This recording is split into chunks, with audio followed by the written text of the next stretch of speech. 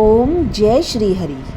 हिंदू पौराणिक कथाओं के अनुसार यह माना जाता है कि साल में 24 एकादशियाँ होती है और बैसाख मास में आने वाली मोहिनी एकादशी का महत्व बहुत अधिक है। कहा जाता है सबसे पहले भगवान कृष्ण ने राजा युधिष्ठिर और संत वशिष्ठ ने भगवान राम को समझाया था। वैसाख के शुक्ल पक्ष की इस एकादशी को मोहिनी एकादशी कहते हैं। इसमें भगवान हरि के मोहिनी रूप की भी पूजा की जाती है और भगवान पुरुषोत्तम श्री राम की भी पूजा की जाती है। भगवान की प्रतिमा को स्नान आदि कराकर वस्त्र पहनाए जाते हैं और उन्हें उच्चासन पर बैठाकर उनकी फूल और दीप आदि जलाकर पूजा की जाती है। भगवान की प्रतिमा को पीले वस्त्र पहनाने का विधान है। उसके बाद आरती की जाती है। पूरे दिन कीर्तन किया जाता है। एक बार धर्मराज युधिष्ठिर बोले, हे कृष्ण, वैसाख मास के शुक्ल पक्ष की एकादशी का क्या नाम है तथा उसकी कथा मुझे बताइए। कृष्ण जी बोले, धर्मराज, मैं आपसे एक कथा कहता हूँ जिसको महर्षि वशिष्ठ जी ने रामचंद्र जी से कहा था। जब सीता जी के वनवास के बाद श्री राम जी बहुत व्यथित थे, तब उन्होंने महर्षि वशिष्ठ से पूछा, हे गुरुदेव, कोई ऐसा व्रत बताइए जिससे समस्त पाप और दुख नष्ट हो जाए। महर्षि वशिष्ठ बोले, हे राम, यद्यपि आपके नाम का स्मरण करने से मनुष्य पवित्र और शुद्ध हो जाता है, तो भी आपका प्रश्न लोकहित के लिए बहुत सुंदर है। वैसाख मास के शुक्ल पक्ष में आने वाली एकादशी को मोहिनी एकादशी कहते हैं।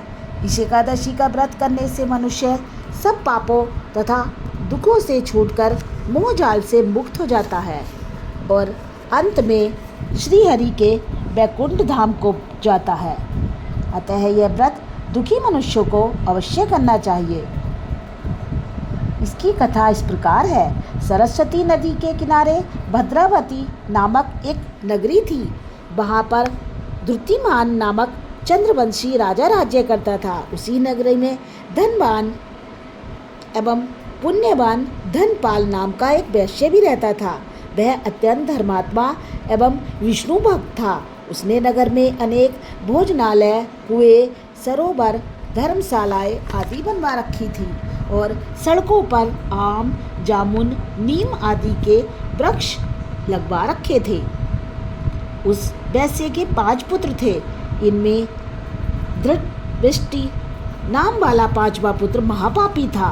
वह न तो ब्राह्मणों का आदर करता और न ही पितरों का सम्मान करता। वह वेश्यागामी और जुआरी था। वह पर स्त्रियों के साथ भोग विलास करता और मद मांस का सेवन करता। अनेक कुकर्मों से अपने पिता के धन को नष्ट करता था। इन्हीं कारणों से उसके पिता भाइयों ने उसको घर से निकाल दिया। घर से निकाल देने के बाद वह अपने गहने और कपड़े बेचकर निर्वाह करने लगा।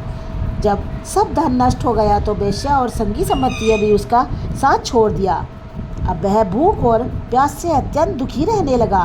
तब अन्य कोई आर्थिक सहारा न देकर वह चोरी करने लगा। एक बार वह पकड़ा गया, परंतु सिपाहियों ने उसको वैश्यपुत्र जानकर छोड़ दिया। मगर वह जब दूसरी बार फिर पकड़ा तो उन्होंने उसे राजा के सामने उपस्थित कर दिया।